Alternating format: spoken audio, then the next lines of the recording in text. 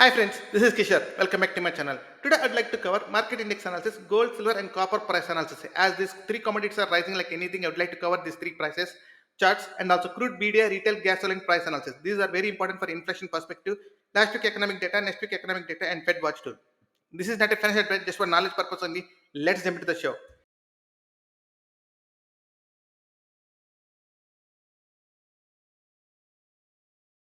CNN fear and greed index, it came to 61. We know that last week it is in 71, but still it is in the greed. Last 6 months it is in the greed and extreme greed levels. It looks like now they're going back to the neutral level based on the charts, but let's see. And this is weekly heat map. Meta is up 8% and energy is really strong this week. It went like I'll show the XLE, but energy performed really well because the crude crossed the 85 level, which is some kind of resistance. And the big drawdown is in the healthcare sector because of the Medicare plan rate increases, so that hit a lot of Medicare stocks. And also Tesla is down more than 6%, but there is an Elon Musk announced some robo taxi kind of thing. Let's see whether it will help the Tesla stock to bounce from here. And this is weekly heat map for the ETFs. Commodities did really well.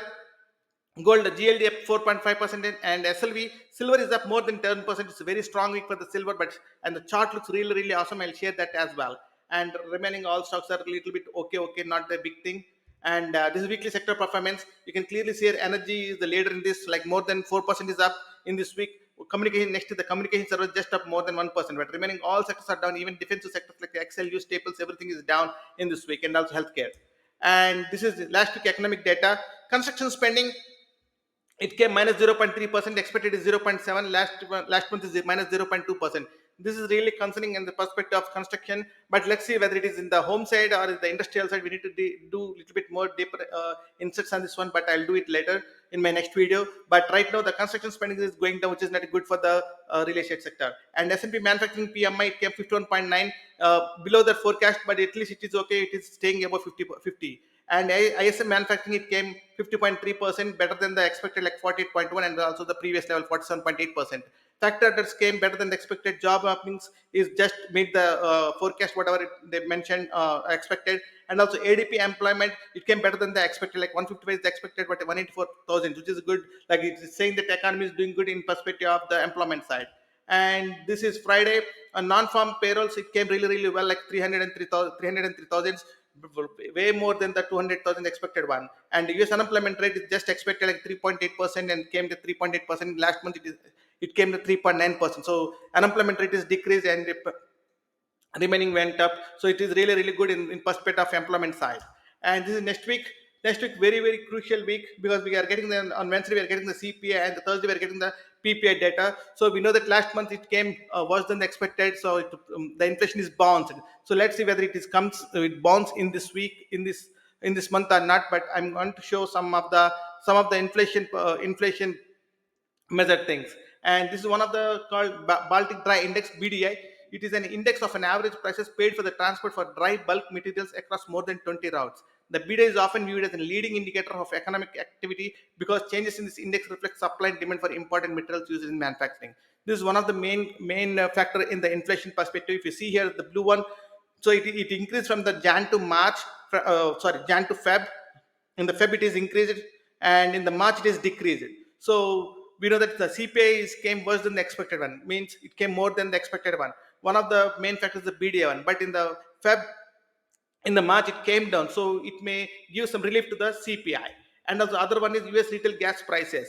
It rises from Feb to March, and also in the March also it is increased. So this still add fuel to the CPI to rise. So there is a chance CPI go high because of this US retail gas prices. But Baltic Dry Index, which is helped in the last month CPI to increase, that may help to reduce the inflation this month. So there's a high chance the CPI comes as expected, based on these two factors, but there are other factors we need to consider, which I'm not discussing in this video. And this is crude oil. Crude oil, like if you see the daily chart, it break my resistance level at 84, and now it is at the 86.947, and my next target is at almost 90. If it hit there, I'm thinking it will go there because some concerns in the Asia side. So if it hits there, and also some OPEX cutting their production, if it hit there, then it's a big hit to the inflation, because this is one of the main factor in the CPI side. And this TLT bonds. So as I said in my last week and previous video weeks. So it break my support. It looks like it is going back to this level, 89 level. It break that 90 level, no, sorry, 92 level. Now it is at 91.39 level. This is not good. If inflation comes worse than the expected, then definitely it will go down. I mean, definitely means it's my assumption or expectation based on this chart. It may go down. And this is silver, it's a monthly chart. If you see here, it's a symmetrical triangle breakout, perfect symmetrical triangle breakout with the MACD crossing over turn green. And based on the symmetrical triangle breakout, the measured target is 34, which is the previous high. And right now my support is at 22 and first resistance is 28, next one is 34. And this is copper chart. So copper, if you see here, it almost hit the January 2023 highs. If it breaks this one, then it can go to the level 5, which is like a 2022 highs, because lot of distribution takes place here and then big dump in the January of June of 2022. From there it is going lot of consolidation. Now it is going up.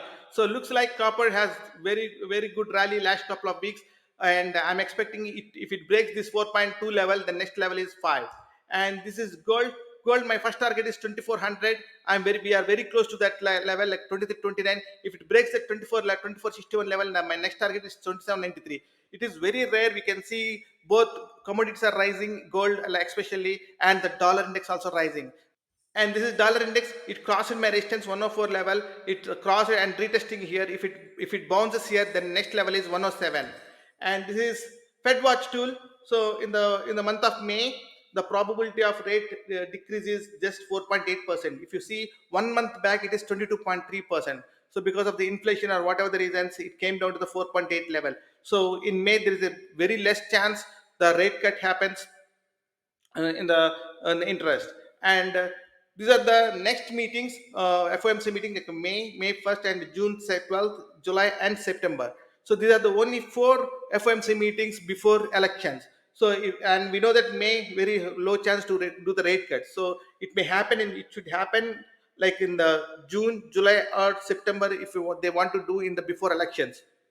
And I'm seeing June to July, there is only 1 month gap. If they could do the rate cut in the June, then there is only 1 month. So it is very tough in this 1 month with the rate cuts. How they see the reflection of that rate cut. So there is a chance in the July, if they do, uh, then they'll have 2 months here, July to next FOMC meeting September. Then there is a lot of data. 2 months data they'll get, how the rate cut impacted the economy and the inflation side. So I'm expecting July, but there is a little bit still there is a chance in the June as well. And the SPY weekly chart, it hit 518.43 and little bit, with higher volume, and the RSA is curling down and also MACD is curling down. And the SPY daily chart, it broke down the 20-day moving average. It's been touching and going a lot of times, almost 6 times. It touched the 20-day moving average and bounced it here now. And Thursday it bounced it break with a big bearish engulfing candle and bounced it on Friday. Maybe kind of a dead cat bounce kind of thing, but still it closed it above the 20-day moving average, like 518.43, and 20-day moving average is 517. On next week, if it breaks down and it goes down below 20-day moving average, that's a confirmation of the downside. And this is QQQ weekly chart. It is also hit 440.47, and MACD is curling down and RS is also going down, and this happens with a big volume. So there is a high chance the continuation on the downside is possible. And this is the daily chart. In the daily chart, it looks like it is forming in that rounding top. It's at one of the topping pattern, like we can see here, head and shoulders, or the climax top or the rounding top. These are all the reversal patterns at the top. So this is one, I'm looking this is looking like a rounding top pattern to me for the QQQ and the daily chart. And it broke down that 20-day moving average, and also on Friday also it did not close above it. So there is a follow through day. Thursday it broke down, and Friday also follow through day. It closed below the 20-day moving average. So there is a high chance it can continue. And my first support is 434, and the rest is 446. And the IWM weekly chart, it looks like it formed a twisted top candle here. So it completely engulfing the previous bullish candle, and RSA is going down and the MACD is curling down. And this happened with the high volume. So if it not break next week the 210 level, then the high chance it can come back to the 180 levels. And this also looks like a forming a rounding top pattern kind of thing. My support is 199 and the rest is 211. and the summary indices broke down the 20-day SMA on daily charts. So this is where I say, like, when rubber meets the road, because when it's been quite some time, they indices touched the 20-day moving average and bounced it, but this time they break down, and QQQ, IWM both closed below the 20-day moving average. So, and next week, if it not bounce it back, then there's a high chance bears can take the control on the market and pull down the market a little bit. And weekly chart turned bearish. Next week, CPI and PPI data points are crucial to the market. As I talked about the Baltic Dry Index and also the retail gasoline prices, they are giving the signs of mostly they can come, the CPI PPI data come as expected. There is a very low chance it come better than the expected one. Commodities are on rise in a high inflation environment. It is very rare to see dollar and commodities rise together, and commodities are rising, I'm expecting, because of the high inflation in environment. So they are expecting inflation still they go high. Bonds lost the upside momentum. If CPI data comes better than expected, then bonds may get relief rally. We saw that TLT is going down, and if CPI data don't come better than expected, CPI can go further down.